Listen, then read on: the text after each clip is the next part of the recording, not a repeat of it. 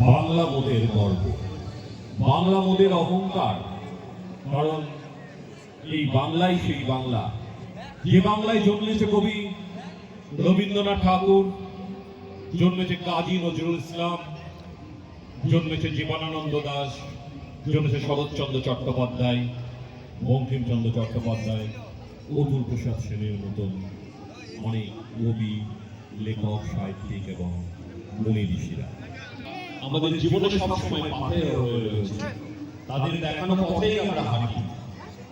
এই বাংলায় জন্মেছে বীর নেতা, এই বাংলায় জন্মেছে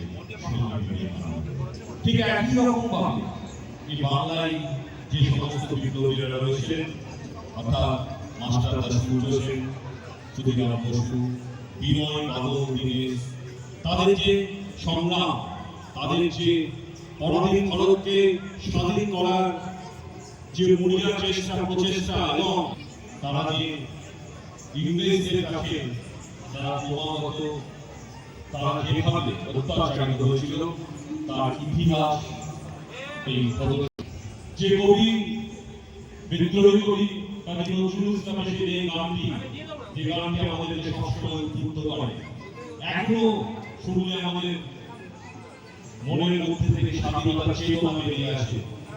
কারারই লক্ষ্য বাবার ভেঙে তার কলেজের ওপার রক্তদান শীতল। এই যে গান আমাদেরকে বরাবর স্বাধীনতা সংগ্রামে উদ্বুদ্ধ করেছে। আমি একটি কথা বলতে চাই, সংগ্রাম মানে আমরা জানি অস্ত্র, বর্ষা, কিন্তু আমাদের ওই কবি কখনোই কিন্তু কোনো অস্ত্র ধরতে বলেননি কাউকে, বা অস্ত্রের বাদ কলম। কলম এমন একটি জিনিস যেটি সর্ব অস্ত্র থেকে সেরা অস্ত্র। এই কলমের মধ্য দিয়ে কিন্তু আমাদের জার্নালিস্ট বন্ধুরা বিভিন্ন প্রান্তে কোথায় কি ঘটে চলেছে সে সমস্ত খবর আপনার ঘরে পৌঁছে দেয়।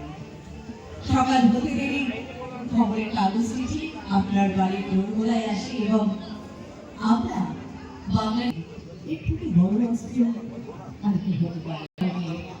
জয় হোক আমাদের বাংলার, বেঁচে থাকুক আমাদের বাংলার কবিরা, সর্বকালে সর্বস্তরের মানুষের মনের